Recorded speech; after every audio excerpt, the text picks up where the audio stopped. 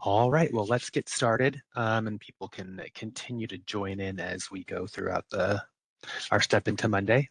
But yeah, welcome everyone to another Step Into Monday. I hope your Monday is off to a great start, um, and I hope you're getting some steps in while you listen to today's topic.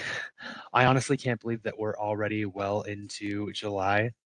The summer is cruising by, but I hope that everyone is staying safe in the heat and enjoying all of the fun that can come with the summer. Um, as per usual, I like to start with a bit of a breathing exercise. So let's start there for today. If you're in a spot where it is safe for you to do so, we're going to do some uh, belly breathing, which just engages your diaphragm to draw more air into your lungs, slows your heart rate, stabilizes blood pressure, and triggers your body's relaxation response. So how we do that is we place one hand on our upper chest and the other on our belly, and we just take a very deep breath and feel your belly expand as the air comes in, and feel it drop as you exhale. And so we're going to do a couple rounds of that, just probably 3, just to get us started. So do one deep breath in, feel your belly rise, and let it out. And as you exhale, feel your belly fall and to press into your abdomen. And then one more. Breathe in again and out. Deep breath in and out. Go ahead and do one more. Deep breath in and out. Anyway, that's just something very simple. I hope that helps you to just relax as you get going and taking your steps for the day, and just gives you a good disconnect from everything else that you've got going on so that you can just focus on being present, being in the moment, and yeah, having a good time with me. So let's jump into our topic. Like I said, we're well into July, and for those that you may not, those of you that may not know, there are a couple of interesting health-related days in July. The first one is World Brain Day, and the second is National Chronic Disease Day. So we're going to dive into these 2 days and topics and talk about some cool information that they bring along with them, and also resources that are associated with them to help with prevention, to help with awareness, and yeah, just trying to make people's lives better. So looking at World Brain Day, when we think about it, our brain literally shapes every single second of our reality. So it's cool that we are giving it a day and giving it some attention. July 22nd is World Brain Day, so it's coming up pretty quickly now. Um, and July 22nd may seem like just an arbitrary day, but actually it was chosen because that is the day they wanted to honor the founding of the World Federation of Neurology back in 1957.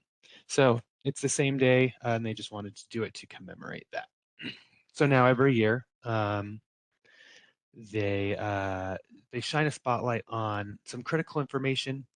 For example, this year's new information that's come forth is that 3.4 billion people are currently living with neurological conditions.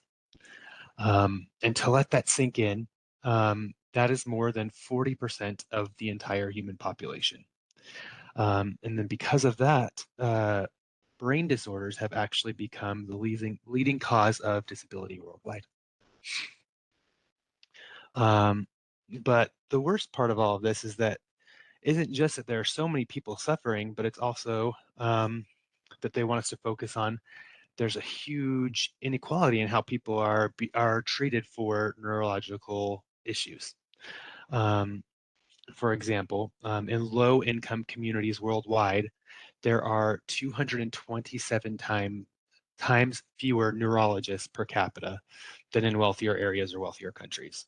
So in under-resourced areas, patients that are experiencing even just standard neurological symptoms often have to wait up to 5 years just to get a formal diagnosis from a specialist. So World Brain Day, one of their reasons for being here is that they want to bring that knowledge forth, and they want to say that access to life-saving brain care should not be determined by your zip code, your neighborhood, or even your country. So in light of that information, the World Federation of Neurology has broken down their 2026 campaign into 5 core pillars. And it's not things that are just like abstract ideas. They're specifically designing their message to affect change and to provide information and resources available to anyone and everyone. So let's look into those a little bit. Their first pillar, again, is equity. We kind of touched on that a little bit, but they want to state that brain care should be available to anyone and everyone, regardless of geography, income, or background. Pillar number 2 is early intervention. When it comes to our brains, time is tissue, is what they said. And speeding up a diagnosis time and access to care is critical to preventing potentially permanent, or life-altering tissue damage and protecting a person's life and independence. Pillar 3 is prevention. And this focuses on things like educating the public and educating on how to protect our brains now and through everyday actions like cardiovascular activity, physical exercise, sleep hygiene. And we're going to dive into these a little bit deeper in a few minutes. Pillar 4 is local access. Obviously, it's not like there's going to be a specialist on every corner, but they also want to focus on, because of that, they want to expand primary care training so that doctors, nurses, and clinics throughout the world have the tools that they need to bring neurological support closer to home. And then their 5th pillar is global action. So turning all of these ideas and initiatives and awareness into real, tangible policy changes and measurable healthcare improvements. Before we jump into the prevention topics, let's look at just some like fun facts and some trivia that go along with World Brain Day. The first one is, did you know that our brain has what they're calling a water tax? You may remember this from previous months or even from other things that we've done in the past, but the human body is roughly 75% water. And if our dehydration drops by just 2%, our short-term memory and focus instantly begin to degrade. So first thing is make sure we're staying hydrated. It's so good for our whole body, but also so good for our brain. The second thing that was interesting is they pointed out that multitasking is a myth. Our brain literally cannot process 2 cognitive tasks at the same time. Instead, it performs a task called rapid context switching. And it's just a constant back and forth. But and although it can be helpful in helping us get things done, it can more quickly drain our mental energy and also can increase our mistake risks, our mistake rates. So just something to keep in mind when you're trying to multitask. And then the third one is that our brain is what they call an oxygen hog, which is interesting. While our brain only weighs about 3 pounds, so it's roughly 1 to 2% of our total body weight, it consumes 20% of our total daily oxygen and calorie intake, which is fascinating. So our brains are just these like high-powered machines, and they require lots of fuel. But yeah, let's dive in a little bit more into the science of defense and some different pillars that they have there for us. So the World Federation of Neurology is emphasizing some evidence-based actions that we can do to protect our brain health before illness even has a chance to occur. They break down 3 major lifestyle pillars that directly relate to biological risks of things like stroke, dementia, and just over time chronic cognitive decline. The first pillar that they bring up is cardiovascular risk control. or what science call a brain-heart connection. Um, the strategy here is management of our metabolic biomarkers. So specifically things like our blood pressure, our glucose, and our body composition. And that is because things like chronic high blood pressure or high blood sugar actually can damage the microscopic blood vessels in our cerebral cortex.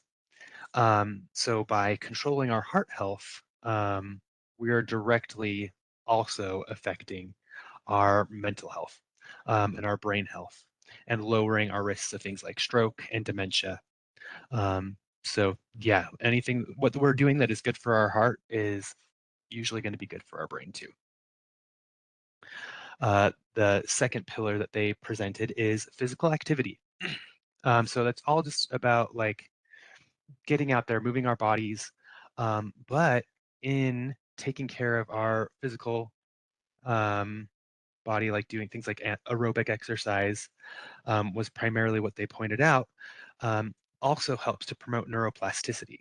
So engaging in things like aerobic and resistance exercises have an incredible impact. Aerobic activity increases our cardiac output, and brings rushes of oxygenated blood straight into our brain, which also processes the trigger of signaling that begins neurogenesis, which is the actual growth of new brain cells. So exercise, even though it's good for the rest of our body, it is great for preserving our overall brain volume as we get older. The third pillar that they bring up is sleep hygiene. We've also talked a lot about sleep in our program over the last little while, but sleep actually functions as our brain's metabolic toxic clearance system. So we need predictable, uninterrupted overnight sleep. And this is why. During our sleep, during our slow wave sleep cycles, our brain activates something called the glyphatic system. Um, and we can think of this as like our nightly waste clearance crew that is working in our head.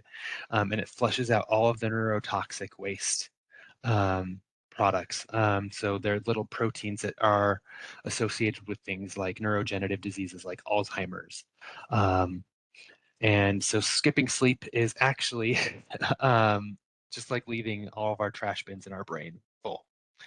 So yeah, just make sure that we're getting good sleep so we can clear that out and help to reduce those risks. Another thing that they bring up is over our lifespan, different things that we can do that help take care of our brains. Because at different points in life, we're going to need different things.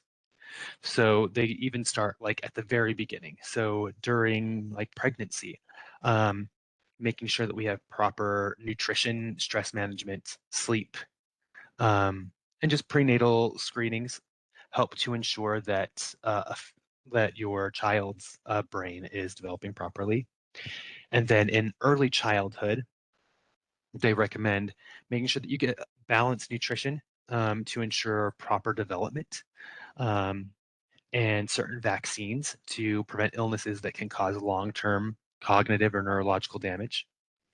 And then as we reach adulthood, um, where we are now, our focus shifts to cognitive stimulation, tobacco cessation, and also ensuring that we use protective gear when we're doing things that could be dangerous, and also engaging in mental hobbies that build what scientists call a cognitive reserve, which is which can act as a buffer against mental aging. So yeah, things like eliminating smoking stops neurovascular narrowing. Wearing helmets and seatbelts eliminates or helps to reduce the risk of traumatic brain injuries, which are actually the leading cause of early onset dementia. And then in the last step of our life cycle, which they call late adulthood, the focus that they have for us shifts to making sure that we're getting early cognitive screenings so that we're getting things checked out regularly, and illness tracking. And then also making sure that we're having good social interactions and that we're continuing to stimulate our mind via conversation and interactions with the people that are in our lives. And then being able to catch those mild cognitive issues early before something more severe happens. And making sure that we catch things early before severe tissue loss can occur. And that allows for interventions that can save a person's life, their independence, and just being able to their quality of life, being able to extend their quality of life. And then they also talk a little bit about fuel and just like the things that we put into our bodies. While general guidelines say eat well, the Campaign for World Brain Day advocates for a diet rich in antioxidants and polyunsaturated fats to provide the tools required to rebuild damaged cells, reduce inflammation, and they particularly say to prioritize things like leafy greens, whole grains, berries, nuts, uh, cold water, oily fish, things that are rich in omega-3 fatty acids. And so that was the main breakdown of World Brain Day. And so as we wrap up that and move on a little bit, it's important to remember that the brain doesn't exist in a vacuum. It's very deeply interconnected to our overall physical health. So there are many ways that we can help participate in World Brain Day, but the health community continues to observe different things like Chronic Disease Day. Um, Chronic Disease Day is actually on July 10th, so we just missed it, but we're still going to learn a little bit about it so we can keep it in mind, and we'll know about it next year if we want to participate on that particular day. Chronic Disease Day, July 10th. That date was chosen 7/10 because 7 out of 10 deaths in the United States are caused by chronic illnesses like diabetes, heart disease, cancer, many of which share the exact same cardiovascular lifestyle risks that we just talked about, that managing those things also helps to take care of our brain, which is really cool. Something else that's cool is Chronic Disease Day has a whole bunch of really awesome self-care resources that we can utilize to help care for ourselves. Whether we're currently managing a chronic illness or we're just hoping to prevent one from onsetting in the future. So if you have the opportunity to navigate to chronicdiseaseday.org, they have a self-care portion, and they have free evidence-based guides that cover all sorts of things. Let's actually navigate over and look at it for just a moment.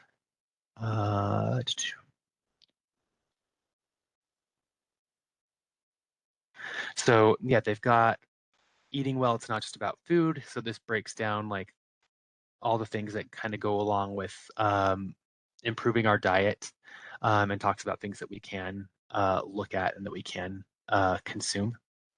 So yeah, eating well, it's not just about food. That dives into a lot of like good topics that are um, about overall wellness, but also just in the things that we're consuming. Exercise for chronic pain. This one was really good about talking about inflammation and things that we can do, exercises we can do that will help to reduce pain over time. Foods that reduce chronic pain and inflammation. So there were lots of like recommendations about foods, kind of like the ones we just talked about, but just going into a little bit more depth. Goal setting for wellness, and then they've got a bunch of recipes for and meal plans for chronic pain and inflammation. And then there's these healing environments that goes into a bit of environmental health and things that we can do to improve the spaces in which we live and work, to promote healing, more movements. And then this journal for healing, let's actually open that up. It was really cool. And it just talks about like who you are, your defining qualities, your strengths, your emotional life, your goals, your safe place, things that bring you joy, and then things that maybe you want to work on. So yeah, also there's a few things like that that are really great to look at. So yeah, feel free to please utilize any of those items that they have on chronicdiseaseday.org that you feel like might be useful to you. But diving back into Chronic Disease Day, when we say chronic diseases for Chronic Disease Day, they're talking about prolonged conditions that rarely cure themselves or resolve themselves. Um, so this is things like diabetes, um, uh, cancers, lots of things like that. And Chronic Disease Day, um, they have a few focuses. Um, they want people to understand that chronic diseases require often lifelong management, and they also want to focus on shifting our healthcare system's treatment methods from something that is reactive, so just treating the symptoms as they come, treating the diseases as they come, and shift that to being more proactive. So helping to do more prevention and helping to prevent illnesses rather than just treating them as they come. They also want to fight against what clinicians call financial toxicity. Um, this is a term that they use to describe the distress that a patient can experience from the high cost of ongoing medical care. And they believe that no one should be forced to like ration their daily medications that they have to take or skip routine checkups or even leave prescriptions unfilled at the pharmacy because they can't afford those copays or the cost or they don't have insurance. And they stress that our physical health suffers directly from economic strain. And so, yeah, that touches back on the equity that we talked about earlier. Um, so that's also very important to chronicdiseaseday.org. Yeah, so just making sure that everyone has access to reliable care regardless of their financial status. So yeah, as we look forward to World Brain Day on the 22nd, as we think about Chronic Disease Day, let's just look at our daily routines and see what we are currently doing um, and see what we can improve. Are we drinking enough water to avoid like that 2% dehydration drop? Are we giving our brain a break when we are trying to do things like multitasking, like moving back and forth between tasks? Are we moving our bodies regularly? Are we prioritizing the sleep that our brain requires to clear out the toxins that are in there every night? And just are we mindful of the overall wellness of our bodies? So yeah, those are some things to consider. And if we think I could do better at those, let's set a goal. Let's maybe like look at some of these like goal sheets and journaling sheets that they have on Chronic Disease Day and make a plan for ourselves. Anyway, this is what I have for you today. I hope that you found something there that was useful or enjoyable or something that you wanted to know or maybe something you can share with someone else in your life. But yeah, thank you so much for joining me today. Keep your brain fueled, keep moving, make sure you're getting some rest and staying hydrated, and I hope you have a wonderful rest of your day, and I will see you all next time.